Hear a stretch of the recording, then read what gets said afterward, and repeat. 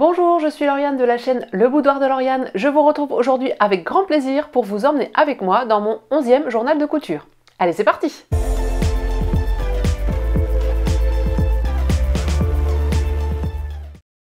Pour commencer cette vidéo, j'espère que vous allez tous très bien, que vous et vos proches allez très bien, que vous êtes en bonne santé et que vous traversez cette période de confinement dans des conditions les plus agréables possibles.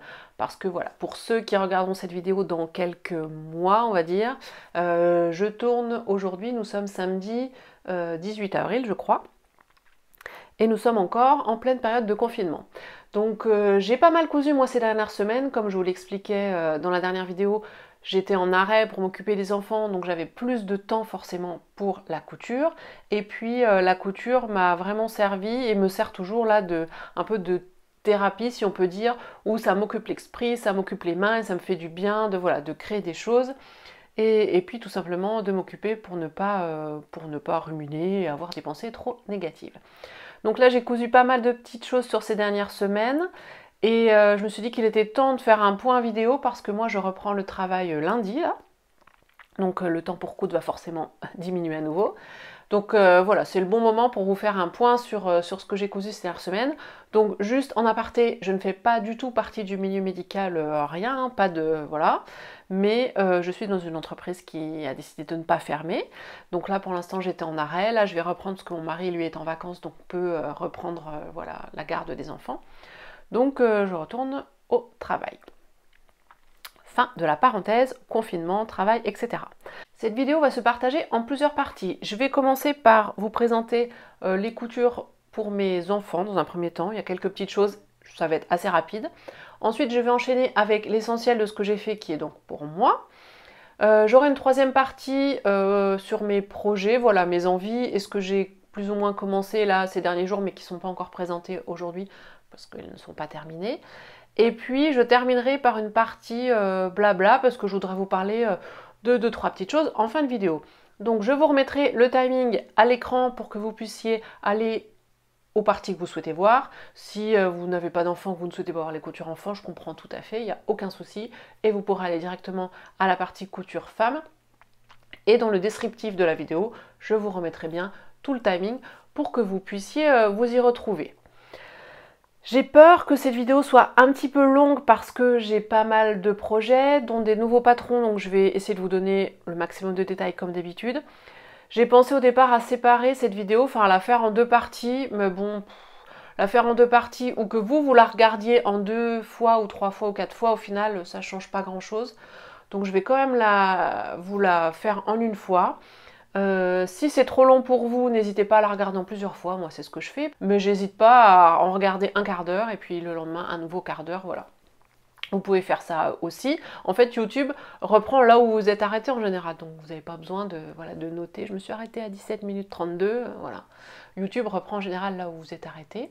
Et puis, si vous avez envie de passer un petit moment avec moi, je vous invite à vous installer confortablement dans votre canapé avec un petit thé ou un café, comme vous préférez, ou une boisson fraîche. Ou alors en cousant, parce que je fais aussi souvent ça. Moi, je me mets les podcasts qui sont un peu longs, je les mets souvent pendant mes sessions couture. Et c'est super agréable de coudre en même temps qu'une copine virtuelle est en train d'expliquer un petit peu ses projets. Je vous laisse choisir les conditions que vous voulez pour regarder cette vidéo, mais sachez qu'elle va être un petit peu longue, donc je voulais juste vous prévenir. Allez, on commence avec la partie enfant. J'ai tout d'abord cousu pour ma fille, et cette cousette est partie d'un tissu au départ. J'ai fait une commande, j'en avais parlé, une commande sur le site Lolishop juste avant le confinement. Et au moment où j'avais commandé, ma fille regardait les tissus en même temps que moi. Je regardais un peu toutes les pages et elle avait flashé sur un tissu en particulier que je lui ai acheté, enfin que je me suis acheté, mais bon c'est une cousette pour elle. Je ne me voyais pas faire quelque chose avec pour moi. Et en fait c'est un tissu rose, je crois que je vous l'avais montré le fois avec des licornes, etc. Et je me voyais pas lui faire une robe comme ça pour sortir ou un t-shirt. C'était un peu trop, je trouvais que c'était un peu trop marqué à mon goût. Et je lui ai donc proposé une chemise de nuit. Elle a été bien sûr enchantée. En fait, elle savait même pas ce que c'était qu'une chemise de nuit parce que depuis qu'elle est toute petite, je lui mets plutôt des pyjamas ou des shorts débardeurs. Mais c'est vrai que chemise de nuit, je lui en ai jamais acheté et je lui en avais jamais fait. Et même moi, je suis jamais en chemise de nuit. Donc elle ne connaissait pas le principe, donc quand je lui ai dit que c'était une robe pour dormir, elle était enchantée, vous imaginez bien. Donc c'est ce que j'ai fait et je suis repartie d'un patron que j'avais déjà, un patron de Petit Dôme. Petit Dôme, elle fait des patrons PDF pour enfants, elle fait aussi des patrons PDF de doudou et de peluche et j'avais acheté il y a 2 ou 3 ans pas mal de ces patrons. Je suis donc partie d'un de ces patrons que j'avais déjà en stock qui est le patron Soel, donc qui est un t-shirt à la base mais qu'on peut décliner de plein de façons différentes, qui est un t-shirt manche courte. Mais sur son blog et aussi sur son site, elle avait déjà proposé d'ajouter des manches longues. Donc je me disais que quand je l'ai fait, c'était devait être fin mars, début avril, des manches longues ce serait bien. Et elle avait un article de blog où elle avait fait une version de Soel mixée avec des bonus du débardeur Milos. Donc Milos c'est un autre de ses patrons, pour faire une chemise de nuit pour sa plus petite de ses filles je crois. Et en fait je trouvais que le modèle était vraiment top. Donc j'ai vraiment copié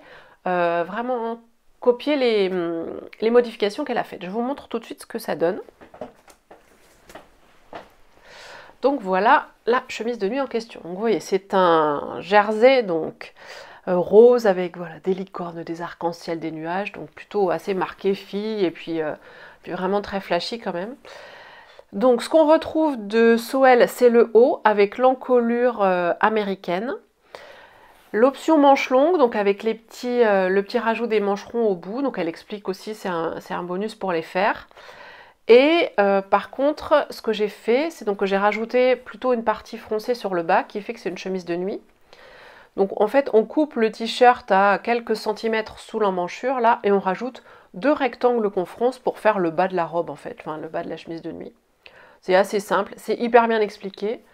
Donc j'ai eu absolument aucune difficulté pour faire ce patron. C'était la première fois que je faisais une encolure américaine comme ceci et ça s'est très bien passé. Alors mon devant est un peu distendu, je pense que j'ai pas assez tendu le bord-côte. Alors c'est pas du bord-côte, en plus c'est du jersey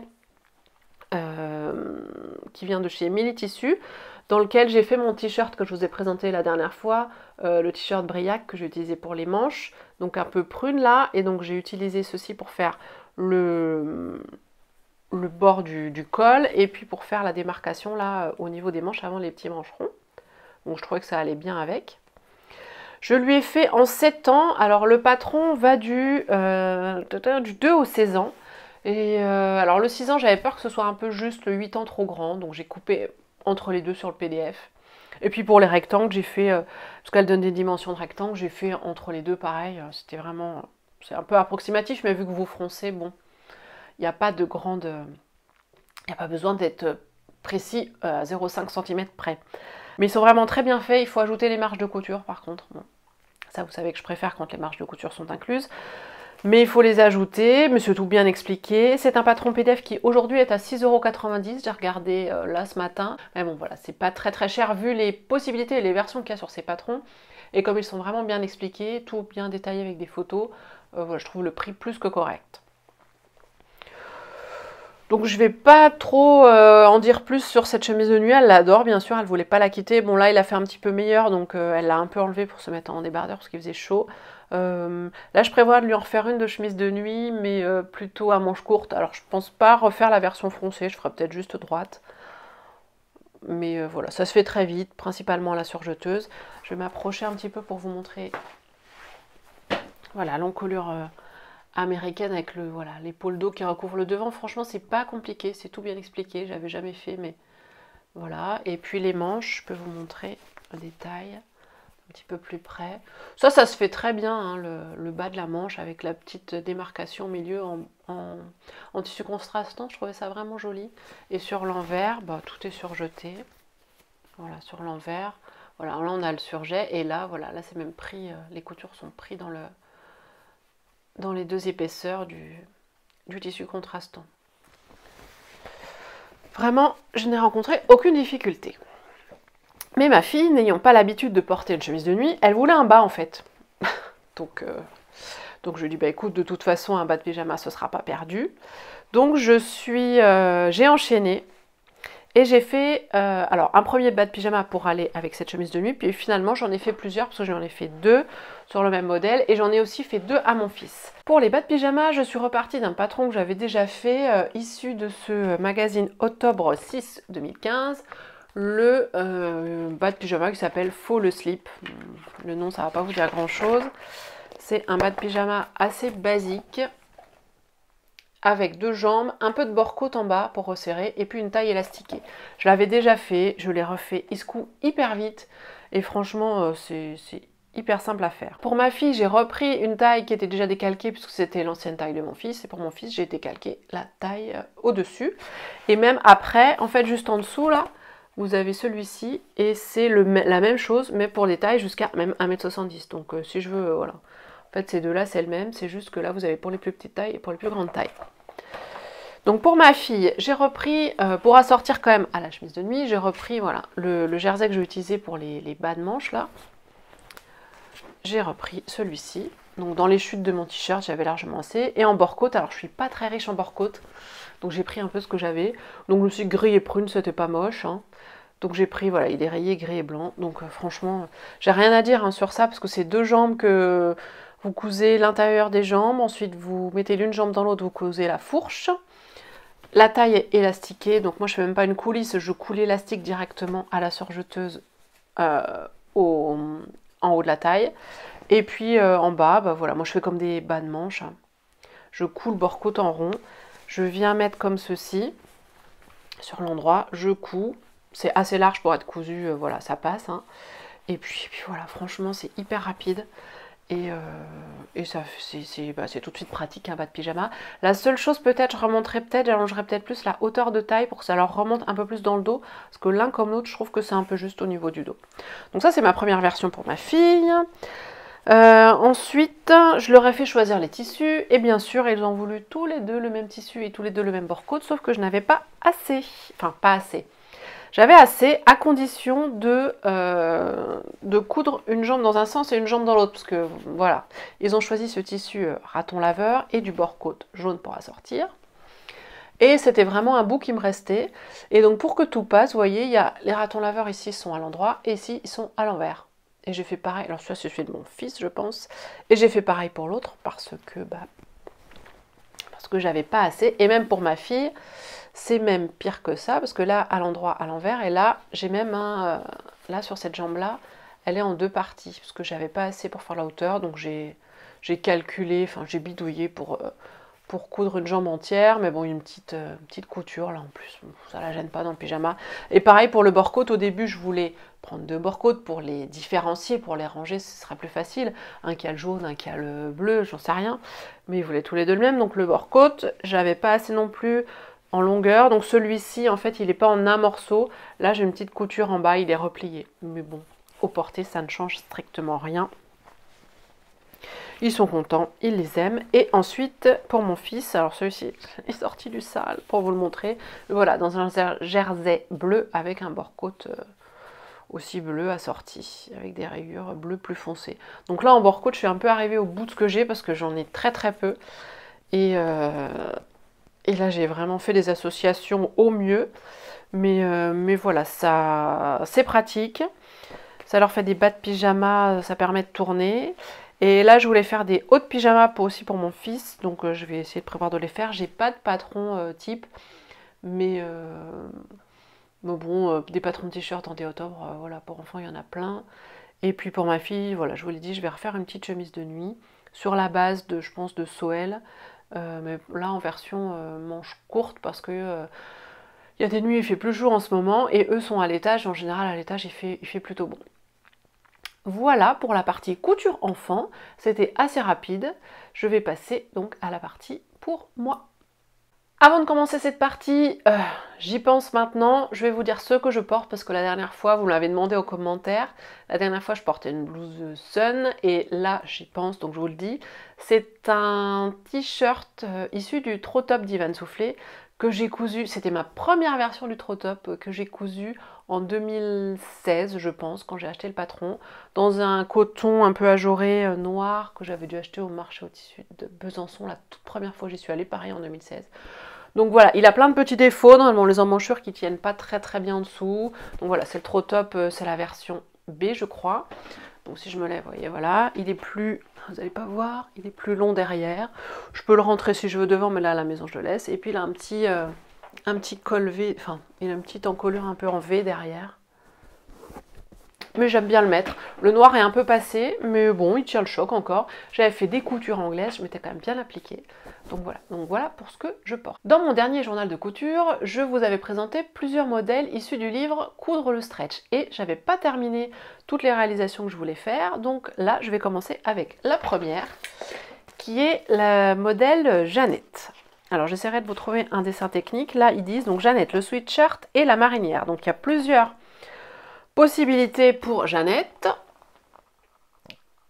Donc sweatshirt marinière, plutôt manche longue ou manche 3/4, avec différentes encolures. Donc il y a 8 encolures possibles, 3 longueurs de manche et 2 longueurs sur voilà, 2 longueurs possibles.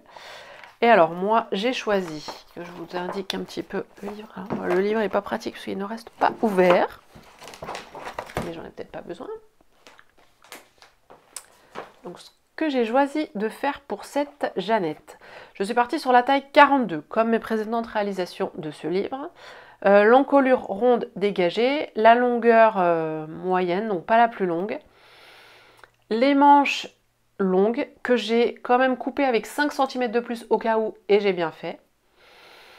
Et puis voilà, alors j'ai 2 pages dessus, mais je crois que c'est à peu près tout ce que je peux vous dire. Au début, je voulais faire les fentes en bas sur les côtés, je ne les ai pas faites. Et il vous conseille 1,50 m de tissu, c'est... Alors, j'ai utilisé plus, moi, au final, parce que je suis partie sur un tissu à rayures, en fait, avec des rayures placées. Et je me suis rendu compte que je ne pouvais pas couper mon haut de patron tout en haut de mon tissu, parce que sinon, j'étais au milieu des rayures. Donc, je trouve que j'ai perdu du tissu, bêtement pour pouvoir utiliser en fait les rayures comme je voulais. Donc je trouve que ça m'a fait pas mal de pertes. C'est vraiment dû au tissu qui a des rayures que à certains endroits. Donc vu que je voulais les rayures sur la partie là du corps, j'étais bien obligée de placer mon tissu, mon patron là où je pouvais sur les rayures. Et donc du coup j'ai perdu pas mal de tissu. J'ai perdu aussi énormément de temps à couper ce tissu parce que les rayures à couper, à aligner, alors déjà à la découpe, c'est pas facile pour que ce soit, pour bien prévoir qu'on puisse bien faire les raccords sur devant et dos et ensuite aussi avec les emmanchures. Je me suis servi d'un article de blog je vous le remettrai dans la vidéo, je crois que c'est Anna Rose Pattern qui justement avait sorti un article sur comment elle coupait les tissus à rayures. Donc je m'en suis servi, mais bon c'est quand même pas simple. Je vais vous montrer ce que ça donne tout de suite. Donc je l'ai cousu dans ce tissu acheté chez Loli Shop, donc juste voilà ma commande que j'avais fait il y a quelques semaines. Donc l'encolure ronde avec la bande d'encolure, donc j'ai suivi tout bien les indications pour la longueur d'encolure et tout s'est bien passé. Mon encolure elle plisse pas, rien, je suis vraiment contente. Les raccords, il y a un côté qui est pas mal et il y a un côté qui est catastrophique. Si je m'approche, tac, là sur ce côté là, vous allez voir que ça raccorde moyen, hein. Là sur le haut c'est décalé. La manche par contre elle est plutôt pas mal. Et l'autre côté, c'est mieux. Vous voyez là en plus j'ai un beau raccord au niveau de la manche, même si la manche elle est décalée. Enfin, c'est vraiment pas simple, hein. Puis bon, voilà, après découdre, c'était pas évident. J'ai déjà dû découdre une des 2 manches parce que je me suis rendu compte que j'avais monté, je vous avais mis une photo sur Instagram, j'avais monté la manche à l'envers en fait. Donc j'avais le corps qui était à l'endroit, la maille à l'endroit, et la manche, on voyait la maille en vert sur l'endroit. Et on voit bien la différence en fait sur cette maille. Donc j'ai pris mon courage à 2 mains, j'ai décousu mon point de surjet, j'ai refait. Et je me demande quand même si les manches, j'ai pas monté la droite à gauche et la gauche à droite. Mais sur le patron que j'avais décalqué, quand je pliais bien les manches en 2, il n'y a pas tant de différence que ça sur l'emmanchure avant et l'emmanchure arrière. Donc j'ai pas défait l'autre manche pour inverser, ça passe franchement, il n'y a pas de souci. Mais bon, je l'ai laissé de côté, hein, une fois que je me suis rendu compte de ça. J'ai fait la chemise de nuit pour ma fille et je suis revenue à lui parce que bah, découdre et recoudre sur du tissu comme ça, c'est pas vraiment très sympa. Mais bon, je l'ai fait hein, pour pouvoir le porter. Et j'ai fait les ourlets du bas et des manches à l'aiguille double avec un fil jaune pour rappeler un peu les rayures. Et surtout parce que j'avais pas de fil assorti. Et comme je peux pas trop acheter en ce moment, voilà. Fil jaune, je sais pas si vous allez bien voir. Donc l'ourlet, on replie 3. On pique à 2 et on coupe le surplus supplémentaire. Et les manches, je sais que j'ai bien fait d'allonger parce que sinon ça aurait été un peu court, comme sur le t-shirt Briac, je pense. Donc je pense que pour tous ces modèles, il faut que je pense à allonger les manches, quitte à réajuster après. Et au porté, c'est joli. Par contre, je pense qu'il est un petit peu large. Et je pense que c'est dû à la maille qui est très souple et du coup qui... Enfin, je pense. Il me va hein, je vais le porter. Peut-être qu'en 40, ça aurait suffi. Vous me direz ce que vous en pensez. Après c'est moi, mais voilà. Je vais le mettre, mais je ne suis pas autant emballée que ce que je pensais l'être. Voilà. Sinon, les explications du livre, bah, c'est très très bien. Voilà, comme je vous disais, il faut bien prendre le livre en main. Je vous le montre porté et on passe au projet suivant.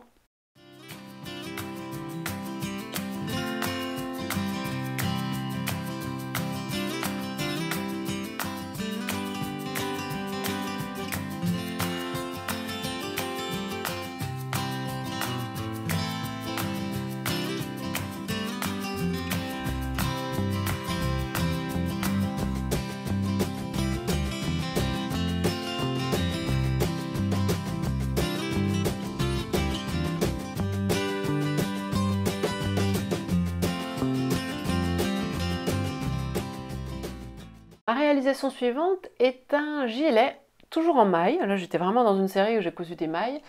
Dans une maille molleton que j'ai commandée chez Loli Shop. Et c'était à la base l'objet de ma commande. Je cherchais une maille pour faire ce gilet. Et c'est le gilet Opia de l'usine à bulles. Alors, je la suivais sur Instagram, l'usine à bulles. Voilà. Je ne sais pas si vous connaissez son petit logo là. J'aime beaucoup ce qu'elle fait, mais c'est pas forcément toujours mon style.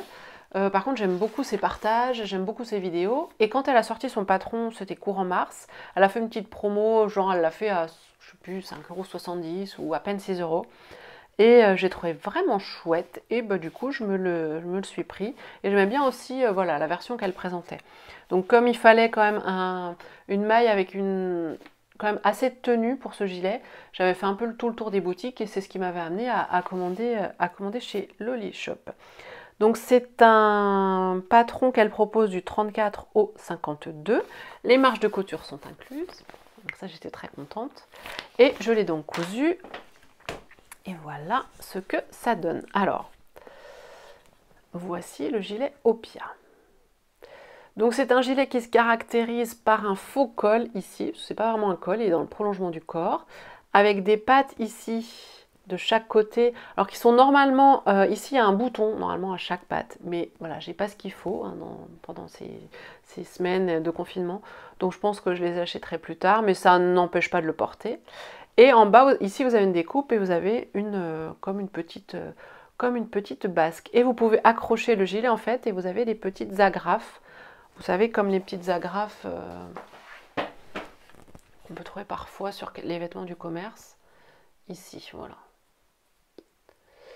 Donc j'avais pas la bonne taille d'agrafe, je pense qu'elles sont un petit peu petites, mais ça passe. Et au final, je pense que de toute façon, je ne fermerai même pas le gilet. J'ai trouvé le PDF hyper bien fait. Il s'est assemblé vraiment super bien, aucun souci. Il y avait des repères partout où il fallait. Honnêtement, j'ai été vraiment très très très agréablement surprise par la qualité du patron, la qualité du PDF et la qualité du livret d'explication. Vous êtes accompagné du début à la fin, j'ai rencontré aucun souci. Si vous avez envie de coudre des patrons de cette marque, s'ils sont tous faits comme ça, moi je pense que franchement c'est une valeur sûre. Si je vous montre un petit peu, alors vous savez moi je n'imprime pas hein, les explications, voilà, si je vous montre un petit peu le livret, vous Voilà, par exemple, je mettrai peut-être insertion d'une page. Vous voyez, il y a du texte à droite, des schémas à gauche, tout est vraiment bien fait, avec du blanc pour l'endroit et du gris clair pour l'envers. Il y a des numéros de pièces pour vous repérer, il y a tout l'écran, vraiment une super qualité de patron, de livret d'explication et puis de modèle aussi parce que j'en suis vraiment très très contente. Alors j'ai rencontré quelques petites difficultés parce que je me suis rendu compte une fois tout fixé, la basque et tout, qu'en fait quand j'accrochais mes pattes là, elles sont pas bien symétriques, elles sont pas bien l'une en face de l'autre. Donc d'une, c'est pour ça que je l'accrocherai pas, parce que moi ça me dérange. Et puis de deux, bah, franchement, ouvert, il se porte très bien. Puis j'attache rarement mes gilets au final. Je me rends compte, enfin ça fait plus veste que gilet d'ailleurs. Mais j'ai pas fait assez attention au moment où j'ai mis la basque et où j'ai tout bien finalisé. Je veux voir si c'était bien symétrique et que tout se mettait bien l'un en face de l'autre. Après, il y a quelque chose qui apparaissent sur ce modèle et que j'ai pas forcément fait exprès, mais qui au final n'est pas moche, c'est qu'en fait les pattes là, elles sont doublées. Vous doublez par un coton plutôt fin en dessous. Et moi, comme j'ai pris un coton un peu clair, blanc, enfin, avec des motifs mettés sur fond blanc, j'ai pris dans mes chutes. Du coup, quand vous surpiquez tout le tour, du coup ça aplatit et on voit en fait on voit le blanc autour là. Donc si j'avais pris un coton foncé, ça se verrait pas. Et finalement, ça donne un petit genre. Je trouve que vu que ça apparaît à peu près sur toutes mes pattes, on croirait que c'est fait exprès. Alors qu'à la base, pas du tout. Mais bon. C'est un gilet qui se monte essentiellement à la surjeteuse. Enfin, moi, je l'ai monté quasiment tout à la surjeteuse. Hein. Vous voyez, voilà, tout à la surjeteuse. Bon, à surjet noir, j'avais pas de surjet, j'avais pas de fil prune. Hein. Donc ça se coud très bien. Elle conseille de fixer la parmenture du col aux marges de couture là, donc c'est ce que j'ai fait. Et même ma parmenture, je l'ai fixée tout le long là, parce qu'en fait elle tenait pas bien. Je l'ai fixée tout le long au niveau de la marge de couture de la découpe. Parce que si vous regardez sur le devant, ici en fait j'ai une découpe. Donc j'ai des marges de couture à l'intérieur. Et la parmenture qu'on fixe, je l'ai cousue à point à la main hein, sur les marges de couture pour qu'elle tienne bien. Sinon elle se tenait pas bien. J'ai essayé de faire une surpiqûre proche du bord là et c'était vraiment pas joli parce qu'avec l'épaisseur du molleton, ça restait pas droit, c'était vraiment pas très heureux. Mais du coup en fixant la parmenture tout le long, j'ai pas fait que le col. Elle conseille le col et moi finalement j'ai fait voilà le col et puis tout est fixé mais sur les marges de couture donc en fait ça se voit pas et c'est suffisant pour tenir. J'avais peur que ça tienne pas. C'est un gilet vraiment assez facile à faire, mais avec un rendu, voilà, avec de l'originalité et puis un style un peu sympa. Selon, je pense, l'épaisseur de la maille que vous choisirez, ça peut donner des styles différents. Donc si votre maille elle est trop souple, elle conseille d'entoiler le col pour qu'il se tienne bien. J'ai hésité, j'ai tenté, j'ai pas entoilé et il se tient vraiment bien. Je suis vraiment super contente. Le seul truc, je me dis, c'est quand même c'est assez marqué comme style. Je vais pas en faire 10 quoi. C'est pas voilà, je le referai sûrement peut-être dans une maille peut-être un peu moins chaude parce que là du coup c'est du molleton à l'intérieur, c'est tout doux mais c'est chaud. Mais c'est vrai que comme c'est assez marqué comme style, ça constitue pas un basique qu'on peut décliner je trouve en plein de versions différentes. Mais bon, c'est bien aussi d'avoir des pièces un peu plus marquées pour assortir à d'autres un peu plus classiques, juste sur un t-shirt et puis un jean, voilà ça. L'originalité vient du gilet et les autres pièces sont basiques. Pour conclure sur ce modèle et ce patron, j'en suis vraiment hyper contente. Je n'hésiterai pas à racheter d'autres patrons de cette créatrice. En plus, elle s'appelle comme moi, elle s'appelle Lauriane et orthographiée exactement de la même façon, ce qui est plutôt rare. Bref, ça vous en fichez. Mais j'ai vu, elle a une tunique haut, je crois. La tunique OH peut-être, que je vois passer pas mal en ce moment, elle le repartage pas mal, voilà, d'autres filles qui l'ont fait, et j'ai des jolies versions en double gaze notamment, vu que j'ai des doubles gazes qui attendent, je pense que je me la prendrai. Tous ces patrons sont en promo jusqu'à nouvel ordre, pendant la période de confinement, donc voilà, n'hésitez pas, si vous avez envie d'essayer cette marque de patron, je vous la conseille. Je vous montre le gilet porté, et on enchaîne.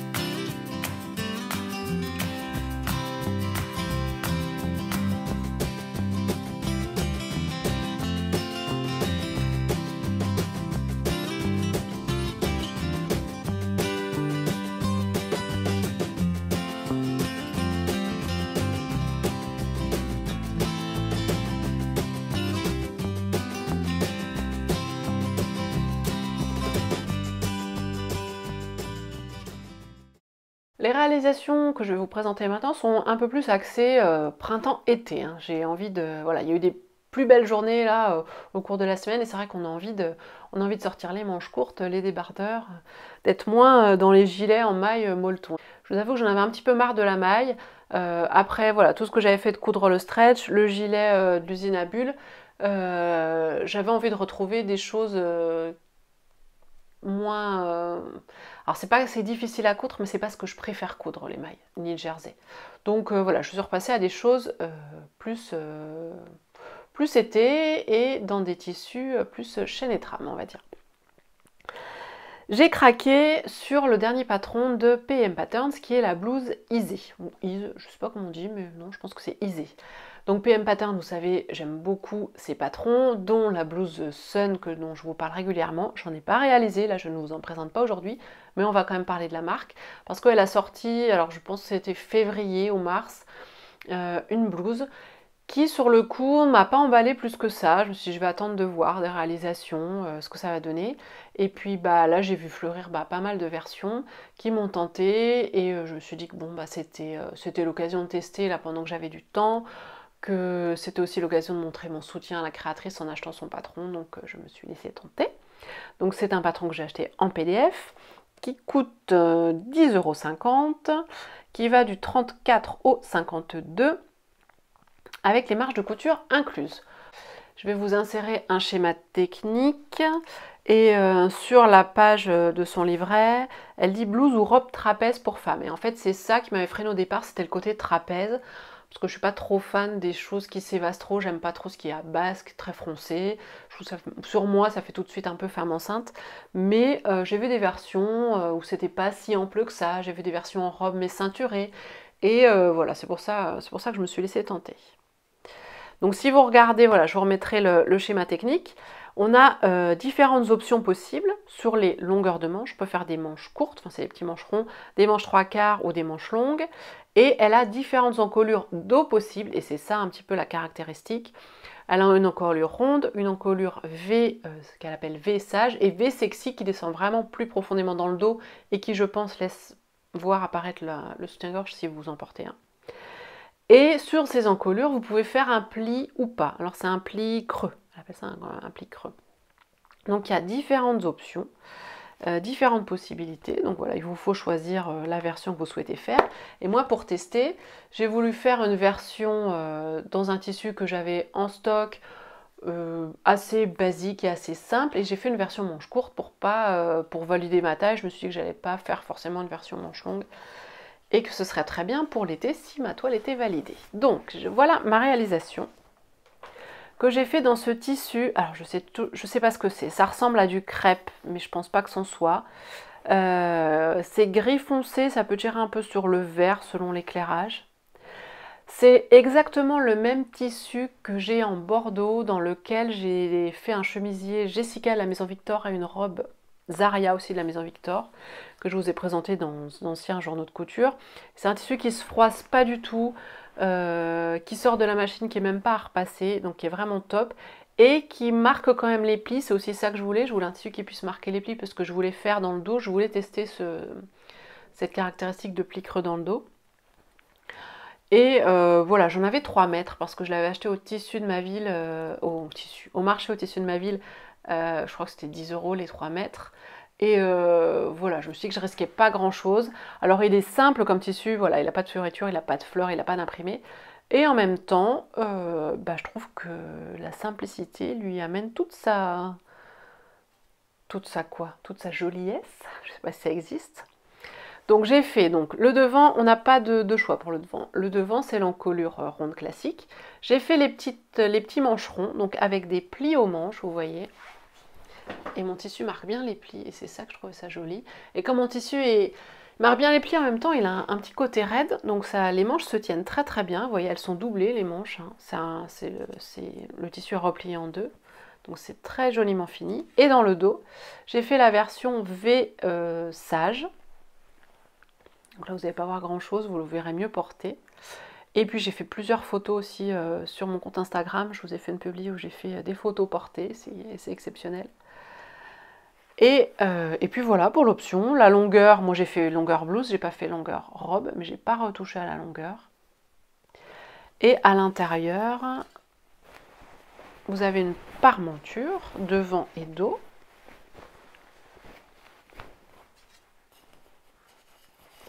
Je vais vous montrer l'intérieur. Tac.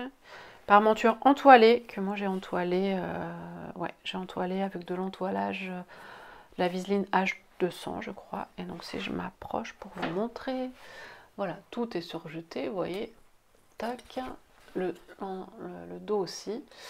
Elle est sous-piquée et surpiquée. Et franchement, elle se tient très bien. J'avais peur qu'elle tienne pas, mais entre la sous-piqûre et la surpiqûre, ça tient très très bien. Et là, vous voyez, là, c'est les finitions d'emmanchure que j'ai faites au biais.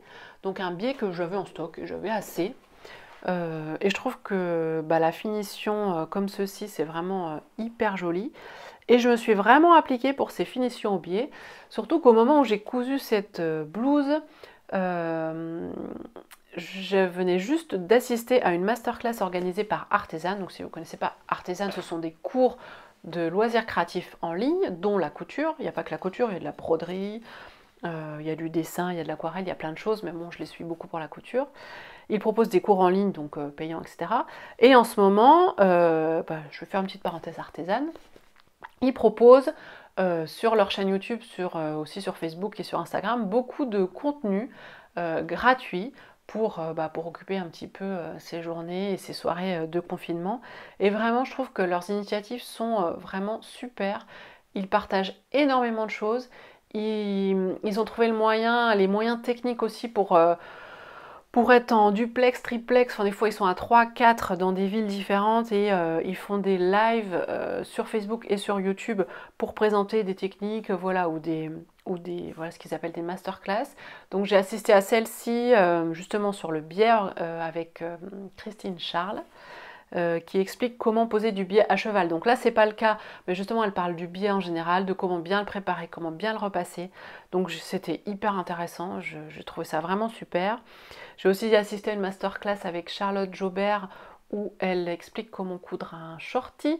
Je reviendrai dessus, mais pas aujourd'hui parce que j'ai pas tout à fait fini ce que je faisais avec cette masterclass et avec ce patron. Mais voilà, je tenais à souligner vraiment tous les efforts qu'ils font pour maintenir le contact et puis aussi proposer du contenu divertissant, de qualité, hyper intéressant. Voilà, ils ont cherché à renouveler un petit peu leur mode de communication parce qu'eux aussi ils se retrouvent un petit peu coincés, ils ne peuvent pas faire ce qu'ils font actuellement. Et vraiment, ils font du super boulot. Et si vous ne connaissez pas, je vous conseille de les suivre, d'aller les soutenir parce que c'est des petites entreprises, ils en ont besoin.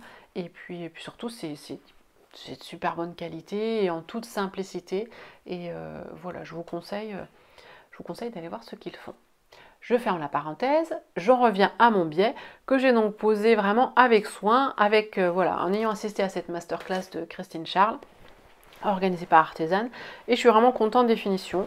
Ça lui donne un petit plus que seul moi je vois, hein, parce que une fois porté le biais, à moins que je lève les bras, mais on ne le voit pas, mais voilà, je sais que ma blouse, elle a de très jolies finitions. Donc j'en suis vraiment contente. C'est un patron que je vais refaire dans d'autres versions. Là, ma toile, elle est validée hein, pour la taille. C'est même plus qu'une toile parce que je vais la porter cet été. Je me dis sur un jean blanc, ça va être vraiment sympa. Ou même sur un jean bleu clair, ça va être très joli. Mon tissu était quand même assez facile à coudre par rapport à ce que je vais vous présenter ensuite. Donc voilà, ça facilite aussi la réalisation parce qu'il marquait bien les plis, il se repasse très bien. Voilà, j'ai pas eu de difficulté au du tissu, mais c'est ce que je voulais. Pour ma toile, je voulais vraiment me faciliter les choses et c'est ce que j'ai fait. Mais voilà, je vous conseille, si vous aimez ce style de blouse et toutes les possibilités qui vont avec, je vous la conseille. Et puis vous achetez aussi la qualité du patron PM Patterns, que je ne peux que vous recommander.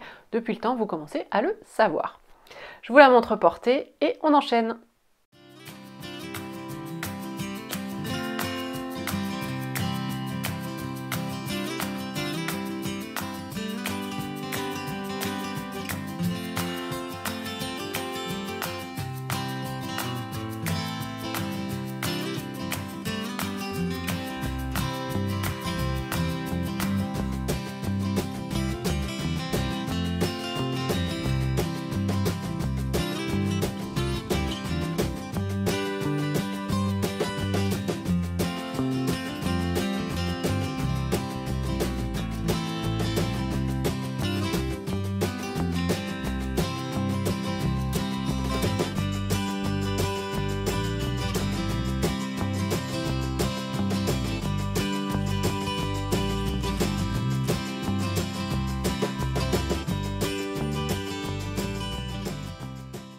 Je continue avec le projet suivant. Là, je vous présente vraiment les choses dans l'ordre à peu près chronologique. J'ai profité d'un patron offert par le magazine La Maison Victor, qui est la robe Romina. Donc là, pendant le confinement, toutes les semaines, régulièrement, ils offrent des patrons. Donc là, c'était la semaine dernière, ouais, milieu de semaine dernière, ils ont offert la robe Romina, qui est issue d'un magazine, alors je sais plus de quelle année, mais moi que je n'avais pas, ça fait pas très longtemps que j'achète La Maison Victor. Et cette semaine, ils offrent un patron de pantalon, le pantalon Sunny, qui est ma prochaine réalisation couture. J'ai les planches PDF là-bas qui sont coupées, mais j'ai pas encore coupé le tissu. Et donc j'ai profité voilà, de télécharger ce patron, et quand j'ai vu le modèle, je me suis dit que j'allais tenter. Donc là, vous n'allez rien voir du tout, je pense. En plus, moi, j'ai qu'une imprimante en noir et blanc. Donc là, je vous mettrai un schéma technique, voilà, la robe comme elle se présente. Eux, ils l'ont réalisée dans un crêpe de viscose léger. Donc il fallait quand même pour la réaliser un tissu assez fluide. Et j'avais ce qu'il fallait en stock. Donc j'ai utilisé un tissu que j'avais acheté en janvier 2019 chez Cousette. Donc je m'étais fait plaisir voilà, pour mon anniversaire, j'avais acheté plusieurs tissus. Et celui-ci, je l'avais encore jamais cousu, donc là je vais vous le montrer, puis je vous montrerai la robe après. Donc c'est une viscose fleurie. Donc elle est sur fond noir et il y a des fleurs, voilà, il y a du bleu, il y a du rose, du vert, un peu du turquoise. Alors, suite à voilà, ce que je vous avais présenté en fin 2019, début 2020, sur ma palette de couleurs, maintenant, c'est pas des couleurs que je rachèterais. Je trouve que c'est pas forcément ce qui me va le mieux. Mais voilà, j'avais ce tissu, j'en avais 3 mètres en plus. Je m'étais vraiment fait plaisir. Et je me suis dit que voilà, avec la fluidité qu'il avait, il était parfait pour cette robe Romina. Donc, vous téléchargez le patron PDF de la Maison Victor et vous avez un seul document. Donc tout est à la suite. Les explications, alors là, en fait, comme j'ai imprimé les explications, ce que je fais rarement. Vous avez les explications qui sont bien, hein, qui sont comme les magazines. Et ensuite, vous avez le PDF à la suite. Et le PDF, il y a beaucoup de pages parce qu'en fait, c'est assez particulier. Par page, vous n'avez qu'une pièce et il faut assembler, il y a eu au moins 25 ou 30 pages à imprimer. C'est quand même pas mal de pages. Pour le pantalon, pareil, je crois que j'ai imprimé 27 pages. Je n'ai plus d'encre d'ailleurs. Mais bon, c'est un peu... on sent qu'ils sont pas... Enfin, moi, je préfère les PDF des créateurs indépendants plutôt que les PDF comme ceux-là. Mais bon, ça se fait quand même. Mais sachez que voilà, c'est assez consommateur de papier. Comme toujours chez la Maison Victor, il faut ajouter les marges de couture. Donc, ça, il faut le faire. En plus, là, il y a pas mal de pièces. Et voilà, il vous indique bien pour chaque pièce quelle marge de couture il faut ajouter. Tout est bien indiqué. Je les ai ajoutés sur mon PDF qui était assemblé. J'ai découpé et j'ai ensuite découpé mon tissu. J'ai hésité, vu que c'était une viscose assez fluide, à l'amidonner. Mais je suis pas trop satisfaite. Moi, chaque fois que j'amidonne, soit je trouve que ça marche pas, soit j'en mets plus par terre que sur mon tissu. Et franchement, je suis pas emballée à chaque fois. Donc je me suis lancée sans amidonner et ça s'est relativement bien passé. Donc, ah oui, ce que je peux préciser, c'est que sur le PDF, du coup, il n'y a pas de calque, donc vous imprimez toutes les tailles. Et elle va, cette robe, du 34 au 56, et moi, comme toujours chez la Maison Victor, j'ai imprimé un 38. C'est une robe qui consomme pas mal de tissu, il conseille, je crois, 2,25 m, et moi, j'en ai utilisé sur mes 3 mètres, en gros 2,20 m, parce que après, il me restait juste 80 cm. Donc, il faut quand même pas mal de tissu. Et j'ai vraiment fait au mieux hein, pour consommer le moins de tissu, mais il n'y a pas vraiment trop le choix. J'avais regardé un petit peu sur Instagram et sur les blogs avant voilà, de réalisation. Il y avait des très jolies versions, des filles qui disaient qu'au niveau des manches, elles avaient enlevé le pli. Alors moi je voyais pas trop, il y avait un pli au départ, mais bon, au final j'ai laissé. Si je vous la décris un petit peu, alors c'est pas évident parce que c'est tout fluide, je sais pas trop ce que vous allez voir. Donc c'est une robe avec des manches courtes, qui sont caractérisées effectivement ici par un pli. Donc voilà, et donc du coup ça fait une petite fente. Moi j'aime bien. J'ai lu, il y en a qui trouvaient que ça faisait manche à la Blanche-Neige, mais je trouve que ça donne un rendu assez original. Donc vous avez un empiècement haut du dos qui est doublé. Ici on a des petites fronces pour raccorder avec le devant. Et devant vous avez alors c'est en deux parties. Et ici, on a une fausse patte de boutonnage. Et le patron, à l'origine, c'est des brides qui dépassent. Et vous avez ici les boutons qui sont cousus. Sauf que, comme plusieurs des réalisations que j'ai vues, moi, j'aimais pas trop les brides parce que ça les décalait vraiment. C'était pas symétrique, du coup. Et ils vous disent que si vous voulez, vous pouvez quand même voilà, coudre des boutons. Moi, j'ai pas fait les boutonnières, hein, parce que la tête, elle passe largement. Et c'est juste à vous de placer les boutons là où vous voulez. Et puis les brides, j'avais fait ça pour mon chemisier Jessica, je crois. Et c'est chiant à faire. Enfin, voilà, j'ai pas voulu refaire ce système. Et puis je trouvais que voilà, décaler, ça allait faire une asymétrie dont j'avais pas envie. Donc voilà, les boutons, ce sont des boutons que j'avais en stock. Et en fait, ils sont transparents. Je vais vous les remontrer. Et je trouve qu'au final, c'est pas plus mal parce qu'ils laissent apparaître la couleur du tissu dessous. Donc voilà, j'avais ça hein, dans un sachet, mais je sais pas où j'ai eu ça. J'en ai plein. Bref, ils ont rien d'original, mais je trouvais que, vu comme le tissu était chargé, qu'il y avait déjà pas mal de couleurs, il n'y avait pas forcément besoin de rajouter de la couleur. Donc voilà, le pli des manches dont je vous parlais, vous voyez peut-être un peu, c'est pas évident hein, à vous montrer comme réalisation.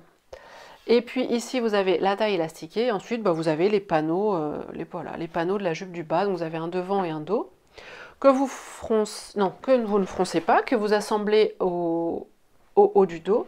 Et ensuite, vous venez froncer avec un élastique que vous cousez dans les marges de couture de la taille. Alors, il vous conseille un élastique de 0,5 cm que je n'avais pas.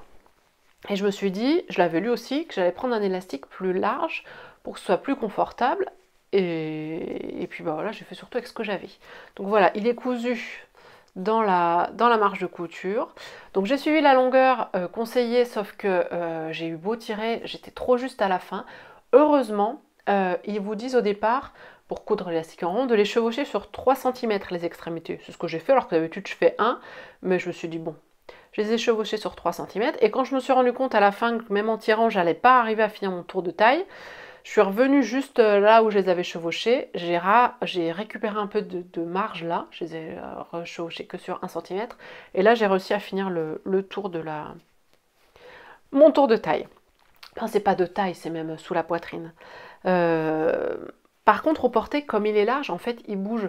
Il bouge, et selon la position qu'il prend, du coup, ça fait plus ou moins d'amas de tissu là, et c'est un peu bizarre. Je l'ai quand même fixé au côté, je l'ai cousu au côté de la robe, dans la couture de côté en fait, j'ai fixé l'élastique, mais il bouge quand même. Alors, je sais pas, est-ce que je le déferai pour refaire avec un élastique de 0,5, donc plus petit, et qui prendra juste, qui se positionnera bien juste sur la marge de couture. Peut-être que ce sera mieux quand même.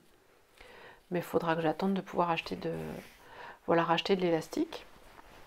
Donc ça, c'est un petit peu le point au porté que j'aurai à revoir. Sinon, pour les difficultés, alors les explications sont plutôt claires.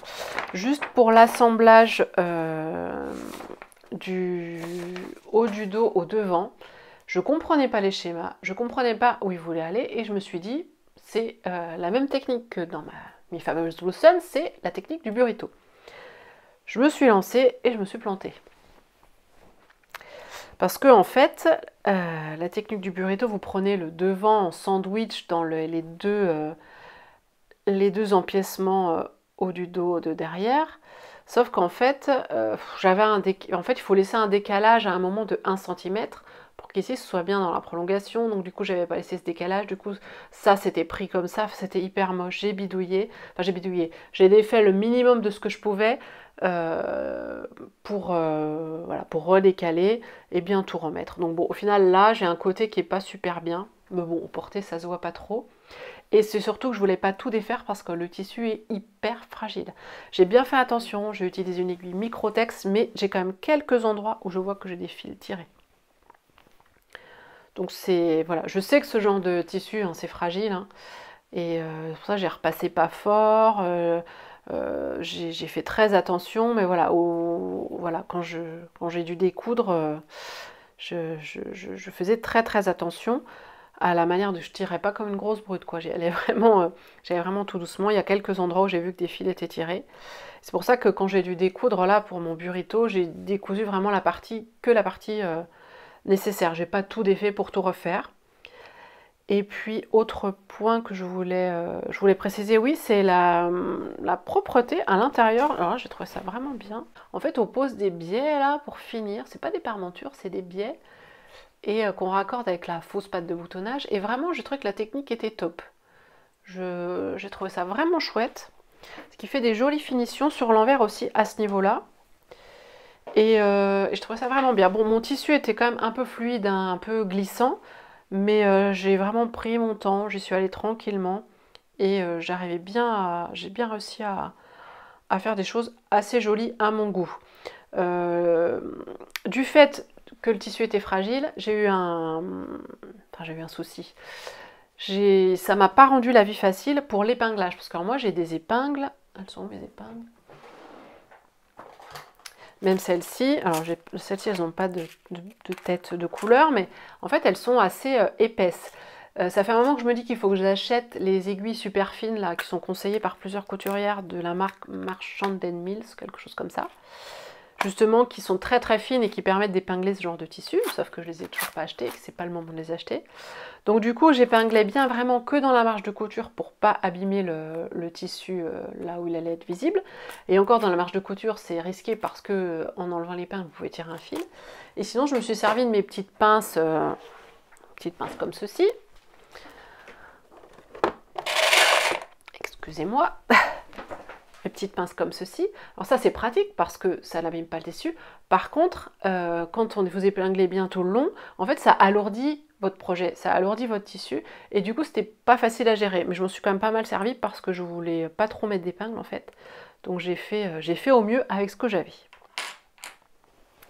Et même chose du coup, toujours lié à ce tissu fragile. Ici, pour faire les fronces, il faut faire 2 lignes de fronce. 2 lignes de fronce, vous faites une dans la marge de couture et une plus loin que la marge de couture. Sauf que moi, j'ai fait les 2 lignes de fronce dans la marge de couture parce que si j'avais fait une ligne ici à 1,5, en retirant les fils, j'aurais eu trop peur d'abîmer le tissu. J'ai fait ça après ma blouse Isée où là, mon tissu était super bien, il marquait hyper bien les plis, il était hyper facile à coudre. Là, bon...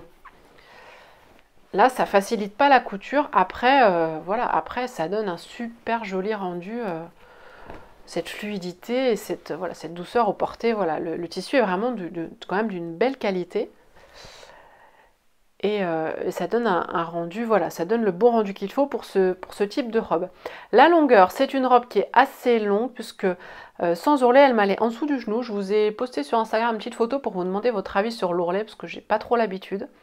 Au final, bon, il y en a qui m'ont dit « Oh, même plus long », d'autres qui m'ont dit « Ah bah non, plus court », d'autres qui m'ont dit « Laisse pareil, laisse là, c'est très joli ».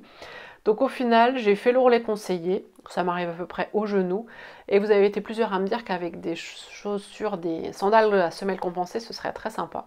Donc il faudra que j'en rachète parce que j'en ai plus, mais effectivement, là, moi j'ai que des sandales plates parce que je porte quand même rarement des talons. Mais même avec des sandales, des chaussures plates, hein, ça rend très très bien. Ça donne un style qui n'est pas le mien d'habitude. Enfin, vous savez, je porte très peu de robes et je ne sais pas trop ce qui me va comme style de robe. Je trouve qu'au final, ça me va pas trop mal. Je suis assez contente. La longueur, je suis à l'aise avec en fait. Parce que ce que je trouve toujours dérangeant dans les robes, moi, c'est souvent la longueur. J'aime pas être en court, je me sens pas à l'aise. Et là, du coup, bah, il n'y a pas de souci, hein, la longueur au genou. Il y a de quoi être à l'aise. Le dernier point sur lequel je vais revenir, c'est la finition des manches. Donc du bas des manches. En fait, c'est pas un ourlet. On coupe une bande dans le biais et on vient... en fait, c'est comme une parmenture. Donc qui est assez large, vous voyez là. Je vais vous montrer l'envers de la manche. Là, c'est la largeur de la parmenture. Et donc on vient l'assembler comme une parmenture classique, sauf que comme elle est large, il conseille de la fixer au point de chausson. J'ai regardé ce que c'était qu'un point de chausson. En fait, c'est un point où vous piquez dans le tissu de manière invisible, vous piquez juste un fil pour faire ça à la main et que sur l'endroit du tissu, on ne voit rien. J'ai testé, vu la finesse du tissu et la fragilité, moi c'était pas joli, pas joli, pas joli du tout. On voyait tous les points. Je me suis dit je vais pas y arriver, donc j'ai essayé sur quelques centimètres et c'était vraiment, c'était pas très joli. Donc j'ai fait une surpiqûre, ce qui n'est peut-être pas le plus heureux. Après la surpiqûre noir sur noir, voilà, on la voit pas forcément, là on la voit sur la fleur. Une fois porté, ça va, mais voilà, ce fameux point de chausson, je sais pas comment les autres l'ont fait. J'ai pas trop trouvé d'infos, moi j'avais regardé, puis j'ai pas regardé depuis. Je pense que la prochaine fois, j'essaierai, parce que je pense que je vais peut-être la refaire, hein. J'essaierai peut-être de comprendre les explications de la Maison Victor pour le haut du dos là. Parce que je pense qu'il y a un truc et c'est peut-être voilà, c'est peut-être simple en fait.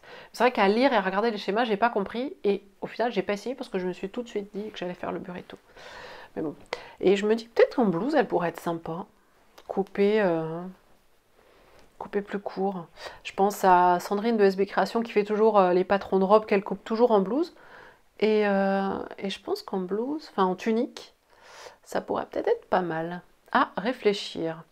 Je vais vous montrer cette robe portée et puis voilà, j'attends vos avis en commentaire et pour savoir ce que vous en pensez.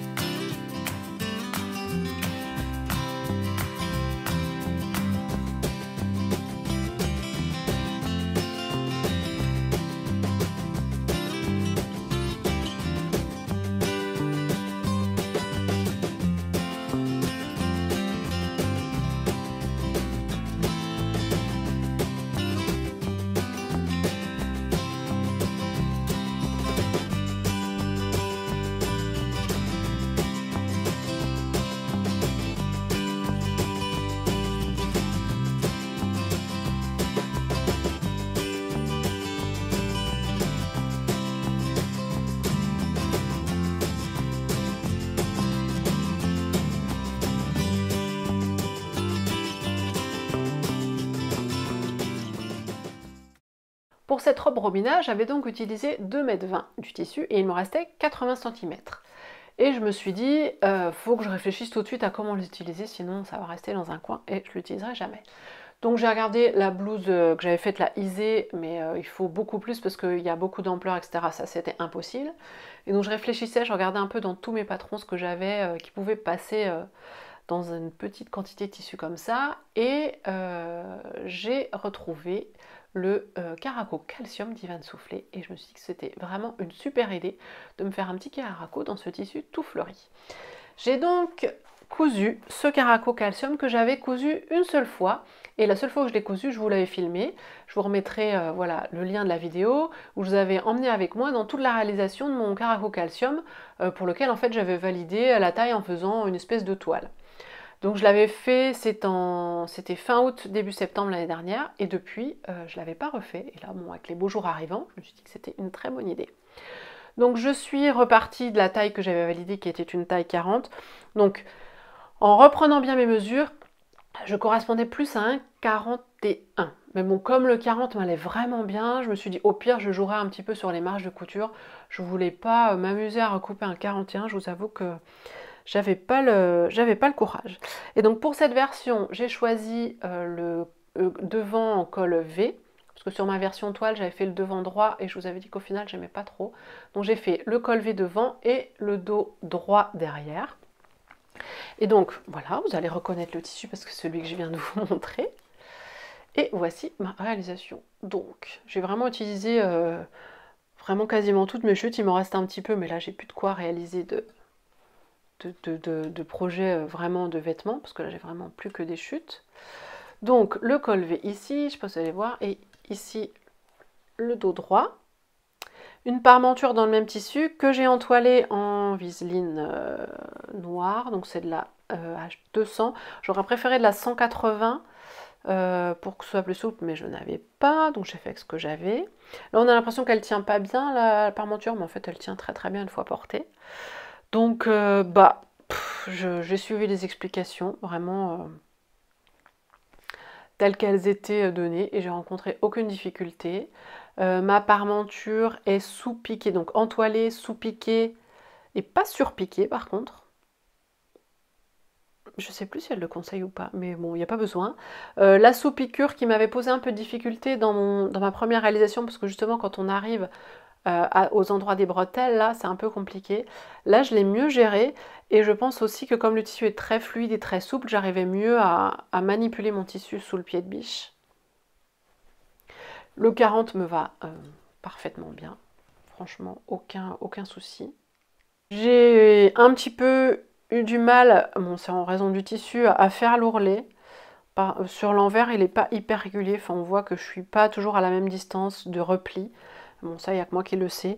Sur la robe Romina, je me souviens plus l'ourlet. Ah, c'est un tout petit ourlet. Ah oui, si, j'ai aussi galéré. Parce que c'était 2 replis de 0,75, je crois. Et bon, sur ce type de tissu, c'est pas évident. J'ai pas de pied spécifique pour faire les ourlets. Donc, c'est pas facile. Il marque quand même bien au fer. Mais bon, je voulais pas non plus trop chauffer parce que le tissu reste assez fragile. Donc bon, c'était un peu plus, voilà, j'y ai passé un peu de temps pour l'ourlet, mais voilà, sur l'extérieur, sur l'endroit, ça se voit pas trop, c'est sur l'envers, on voit que, voilà, si je vous montre, hein, voilà, là, j'ai pas beaucoup de tissu, et là, vous voyez, là, il y a plus de tissu. En fait, c'est que mes replis sont pas hyper bien réguliers, hyper bien marqués au fer. Donc, voilà, une fois porté, ça se voit pas. Donc je vais pas trop vous en dire plus sur ce caraco parce que si vous voulez vraiment un avis détaillé sur le patron et sur le assemblage du PDF, etc., je vous renvoie à ma vidéo d'il y a quelques mois. Et je vais enchaîner directement avec ma réalisation suivante parce que mon projet suivant, je l'ai réalisé pour porter avec ce caraco. En fait, je suis sur Instagram une fille qui s'appelle, alors je connais pas son prénom, mais sur Instagram c'est le blog de Mocha, je la suis depuis un moment. Elle faisait beaucoup d'articles de blog il y a quelques années, et là maintenant elle a bien repris la couture sur Instagram. Et elle coupe pas mal de Ivan Soufflé, et souvent elle a des looks total Ivan Soufflé. Et quand j'ai fini mon caraco, je me suis dit qu'une jupe mille et une perles, blanche ou jaune, ce serait, pour assortir à mon caraco, ce serait vraiment top. Donc j'ai regardé ce que j'avais dans mes tissus. Du jaune, j'avais un lin jaune, mais jaune un peu pâle, et j'avais vraiment envie de jaune peps.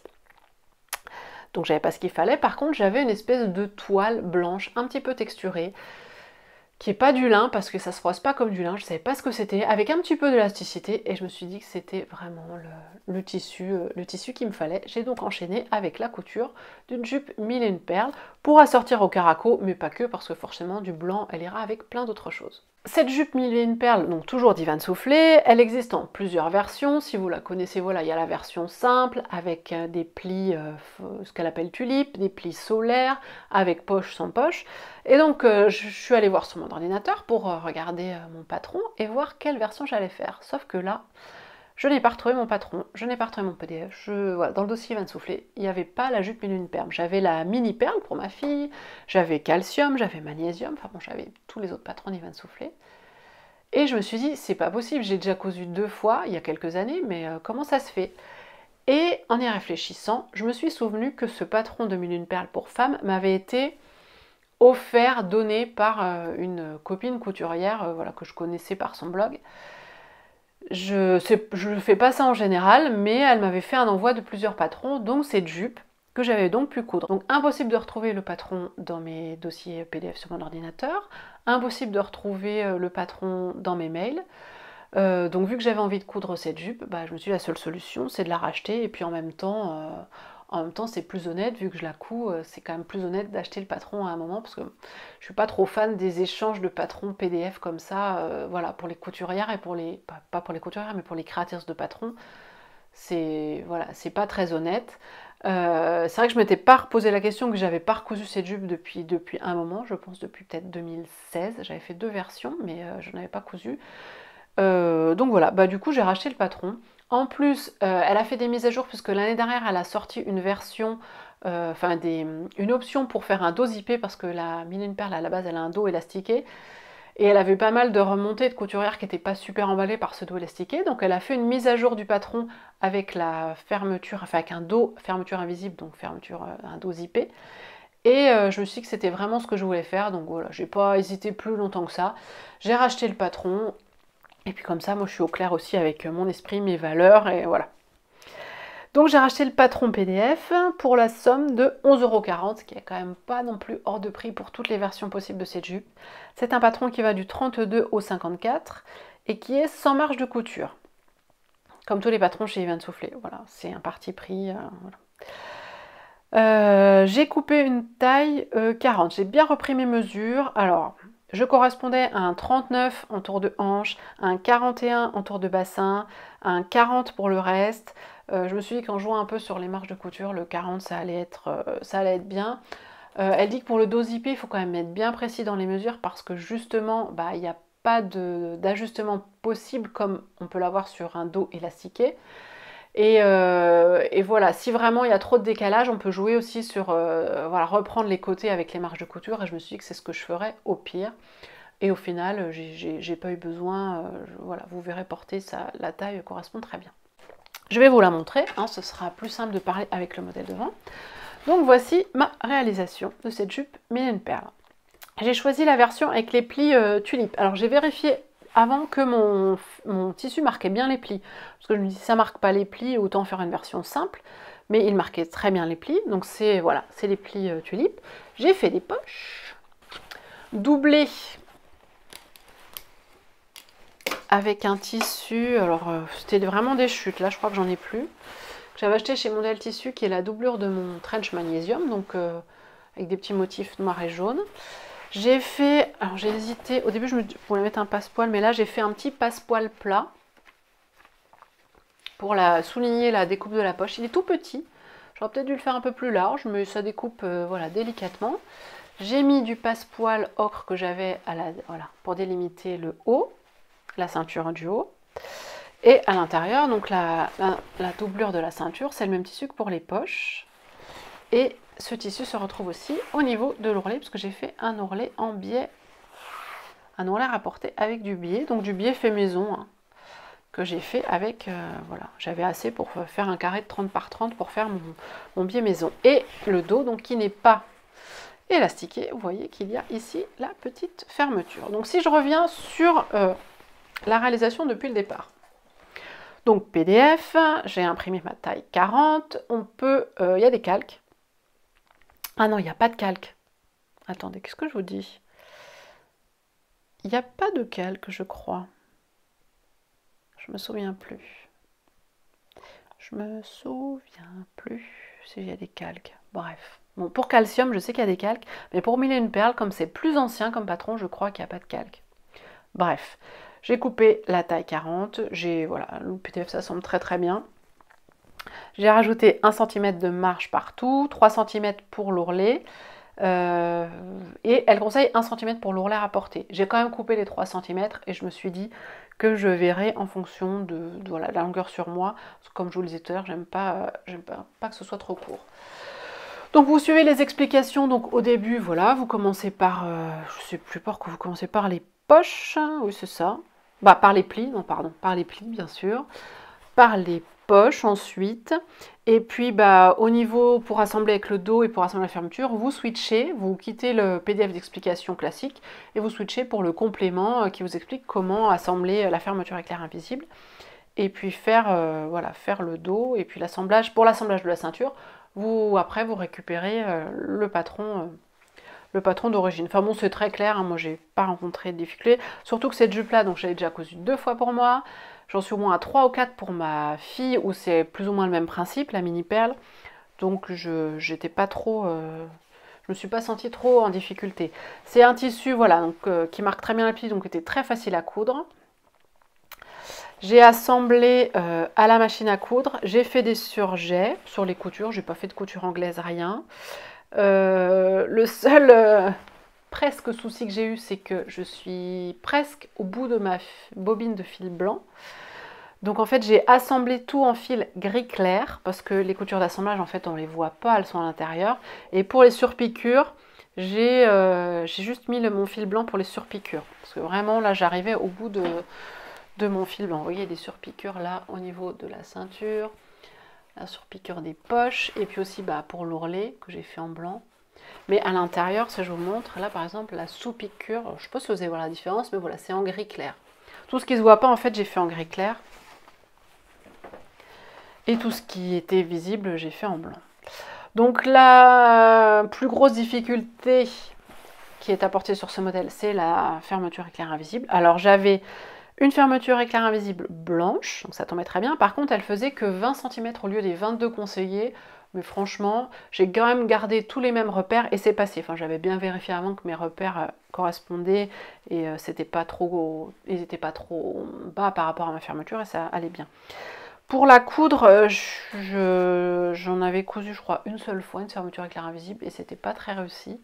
Mais là, j'avais acheté il y a quelques mois, j'avais racheté des canettes pour ma machine à coudre. Et j'avais acheté tout un ensemble, tout un kit, il y avait des canettes, il y avait des ciseaux, et dedans il y avait aussi des pieds, dont un pied pour fermeture invisible, et je me suis servi de celui-ci. J'ai regardé des tutos YouTube sur internet qui vous expliquent bien comment bien dérouler les mailles de la fermeture pour qu'elle se glisse bien sous le pied et que votre piqûre se fasse bien le plus au bord possible. Et au final, bah, elle est quand même pas trop mal posée. Je sais pas ce que vous en pensez, mais elle est plutôt invisible. Alors elle est juste au-dessus là, c'est pas... en fait ça part un peu sur les côtés là, je sais pas si c'est normal. Voilà, mon raccord là, j'ai bien fait attention à ce que voilà, ce soit pas décalé, hein, pour qu'une fois fermé, le passepoil raccorde bien, soit bien au même niveau. Vous voyez, ça raccorde plutôt pas mal. Qu'est-ce que je peux vous dire d'autre? La ceinture, donc en doublure, vous l'assemblez donc à la fin et vous venez la coudre à la main. Vous voulez la fixer à la main. Moi, je ne l'ai pas fixée à la machine. Elle est fixée par des points à la main, ici, là, dans les marges de couture du haut et du bas. Et je trouve juste que au niveau de la fermeture éclair, bah, du coup, c'est pas très joli parce que en fait, elle englobe pas le passepoil. Je pense que j'aurais dû surjeter ma fermeture éclair là sur le côté. Je pense que la prochaine fois, je le ferai. Mes coutures sont surjetées là sur le bas, parce que voilà, c'est conseillé. Mais la fermeture éclair, non. Et je pense que la prochaine fois, je ferai peut-être un petit surjet. Parce que là, c'est vrai que le passepoil, il n'est pas caché là par la ceinture. Et c'est pas hyper joli. Il se finit un peu juste comme ça. Bon, voilà. C'est un petit peu le seul point que je trouve moins joli sur les finitions. Et puis sinon, bah voilà, le biais rapporté, que j'ai pas fait trop large. Mais j'aime bien cette finition en biais rapporté. Donc je me suis dit après coup qu'on allait peut-être voir mes couleurs de mon coton par transparence. On le voit peut-être au niveau des poches, je me dis. Ouais, il se voit un petit peu, vraiment léger. Mais bon, c'est pas très grave. Je trouve qu'elle est vraiment hyper jolie cette jupe. Les plis comme ça, je crois que je l'avais jamais faite. Je sais plus, mais voilà, je trouve qu'elle rend hyper bien. Au niveau de la taille, donc je vous ai dit, j'ai fait un 40. Elle, c'est une jupe taille basse qui se pose donc bien sur les hanches, c'est bien ce qu'elle dit. Il ne faut pas la monter à la taille, sinon ça la raccourcit et puis bah, vous avez trop de tissu. Donc elle se pose très bien sur mes hanches, vraiment en taille basse. Il faudrait pas plus large, hein, parce que, alors je peux pas la passer non plus, mais je pense que le 38 aurait été juste, mais peut-être un 39. Voilà, faire un 39, voilà. Donc j'en suis hyper contente. Je trouve qu'elle va faire un petit look vraiment sympa bah, avec le caraco calcium que je vous ai montré juste avant, puis même avec d'autres modèles. Elle va faire son petit effet, je pense. J'avais presque envie de coudre la même pour ma fille et je me suis dit que pour ma fille en blanc, c'était une très mauvaise idée. Alors déjà pour moi du blanc, je pense que c'est pas l'idée du siècle parce que je suis plutôt du genre à me tâcher, etc. Alors pour ma fille, non, c'est même pas la peine. Par contre, je pense que je vais lui refaire une ou deux mille et une perles dans des tissus un peu plus foncés parce que c'est un modèle qui lui va bien aussi. Et puis il est hyper agréable à coudre. Je vous la remets sur cintre et que je vous mets le caraco devant. Vous allez voir que c'est hyper joli en fait. Et j'aimais bien le passepoil. Au début, je voulais pas en mettre. Je me disais, oh, je vais pas en mettre. En fait, je trouve qu'il raccorde bien bah, avec les fleurs, voilà, les fleurs du débardeur. Et voilà. Voilà mon petit ensemble. Alors, ça fait très estival. Aujourd'hui, bien sûr, il pleut chez nous. Donc, voilà. Je vais pas la mettre tout de suite. Mais bon, je suis prête pour l'été. Je vais vous montrer l'ensemble porté. Donc, pas de remarques sur mes jambes qui sont aussi blanche que la jupe, hein. Mais bon, je ne bronze pas, je ne me mets pas au soleil, je ne cherche pas à bronzer, donc de toute façon, que ce soit en hiver ou en été, j'ai à peu près la même couleur de jambes, mais voilà, c'est comme ça, moi je cours pas après ça. voilà, des jambes bien blanches avec des bleus parce que je me cogne très souvent. C'est ce qui fait ma marque de fabrique.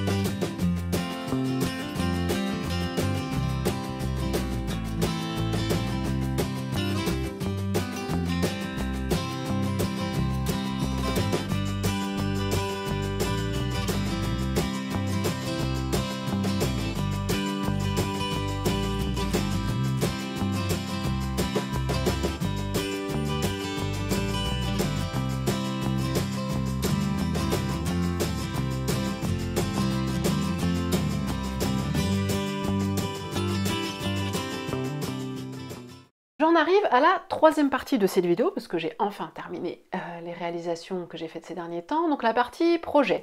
Donc je vous l'ai dit tout à l'heure, je suis en train de me préparer le pantalon Sunny. Donc là vous n'allez rien voir du tout, mais qui est le patron offert cette semaine par la Maison Victor. Donc c'est un pantalon plutôt à la cool, hein. C'est vraiment, je pense, plus le mettre pour traîner. Donc je vais tester une toile. Enfin une toile, je vais le tester dans le même tissu que ma blouse Isée là, parce qu'il m'en reste pas mal. Et je pense qu'en pantalon il va être confortable parce qu'il ne se froisse pas. Alors bon, c'est gris foncé, hein, ça n'a rien de très fun. Mais je pense qu'en pantalon il pourrait être bien. Donc je vais le tester là-dedans. Je l'ai coupé en taille 38. Donc ça va être ma réalisation que j'aimerais bien la faire, voilà, la finir ce week-end avant de reprendre le boulot. Ensuite, j'ai les hauts de pyjama et la chemise de nuit pour mes enfants à faire. Et j'ai prévu de me refaire une blouse Sun mais en version sans manches dans un crêpe que j'ai en stock. Et j'aimerais trouver des projets pour mes doubles gaz. J'ai 3 doubles gaz là. Et j'ai repéré, alors il y a la tunique de l'usine à bulles dont je vous parlais tout à l'heure, là la tunique haut. J'ai repéré un patron de chez Anne Cardiles Couture, je ne me souviens plus du nom, mais qui est possible à faire en double gaz et que je trouve vraiment très joli. Alors bon, ça me fait racheter des patrons, mais bon, je vous avoue qu'en ce moment, voilà, à part aller faire des courses pour aller acheter à manger, les dépenses sont très limitées. Et je me rends compte que dans ces conditions et dans cette situation, la couture, c'est vraiment essentiel pour moi. Donc je me dis, bon, dépenser 8 ou 10 euros dans un patron PDF, c'est pour mon bien-être et pour ma zénitude. Donc je ne flagelle pas pour ça de racheter des nouveaux patrons. La dernière chose dont je voulais vous parler, c'est 3 filles que je suis alors sur différents réseaux. Et alors c'est pas mon habitude de partager, voilà, de mettre en avant certaines couturières que d'autres, mais là j'avais envie parce que soit j'ai échangé avec elles, soit parce que j'aime vraiment bien leur contenu ces derniers temps. Donc ça veut pas dire que c'est mes 3 préférées et que toutes les autres je les aime moins, c'est pas ça du tout, mais c'est juste que j'ai envie de mettre un peu la lumière sur ces 3 couturières, voilà, pour aujourd'hui. Et peut-être que ça pourrait être une rubrique que je fais régulièrement dans mes vidéos, vous partagez des comptes que j'aime suivre et que je trouve plutôt inspirants. Donc la première que je suis essentiellement sur Instagram, son compte Instagram, je vous le remettrai dans les liens et puis je vous l'afficherai aussi, c'est le Manège à Bulles. Donc c'est une jeune femme qui coud énormément. Elle a un blog et elle fait partie de celles qui mettent quand même assez régulièrement leur blog à jour et elle coud vraiment plein de jolies choses, plein de jolis patrons. Elle coud principalement des vêtements pour elle. Elle coud aussi, je pense, pas aussi pour des amis. Elle fait aussi un petit peu de lingerie. Là récemment, elle a fait un soutien-gorge. Et j'aime vraiment beaucoup sa façon de présenter les choses, sa façon de parler de ses coutures, de prendre des photos. Je vous conseille d'aller voir ce qu'elle fait parce que ça peut vous donner des idées. Elle a des belles finitions, une belle qualité de couture je trouve, sur des patrons qui me donnent souvent des idées, des envies, hein, bien sûr. Donc j'aime beaucoup la suivre. Le deuxième compte que je suis, alors cette jeune fille, parce que je pense qu'elle est pas mal plus jeune que moi. Je la suis sur Instagram, mais aussi sur YouTube parce qu'elle fait des vidéos, des podcasts couture. C'est Chloé. Alors sur Instagram, c'est Chloé Mathieu, je crois. Et sur YouTube, c'est ses créations ou Chloé Création. Je vous remettrai bien tous les liens. Et alors elle coud et elle tricote beaucoup. Alors moi le tricot c'est pas forcément ce que je regarde dans ces vidéos, même si des fois j'écoute, mais voilà, moi le tricot et moi ça marche pas, c'est pas trop compatible. Mais ce que j'aime bien en fait dans ce qu'elle présente, c'est qu'elle présente des choses et des styles que je ne couds pas. Voilà, clairement elle a un style qui n'est pas le mien, voilà, c'est pas forcément ce que j'aime porter, même s'il y a des patrons où on se retrouve, hein. Mais par exemple, elle coud, qu'est-ce que je pourrais vous donner comme exemple? Elle coud des patrons de chez Maison Fauve.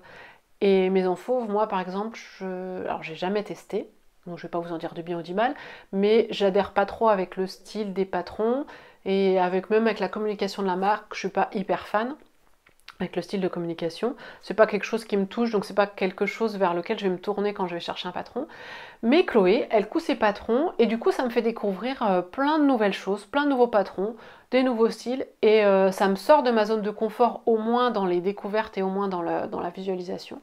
Et je trouve ça hyper intéressant, j'aime bien, elle est fraîche, elle est simple, elle fait des erreurs, elle en parle, voilà, c'est sympathique à écouter. Je vous conseille de la suivre et d'aller regarder ses vidéos parce que voilà, ça peut aussi vous inspirer et vous donner des idées, des envies, ou pas d'ailleurs, parce que des fois je me dis ah oui tiens ça non, ça m'irait pas.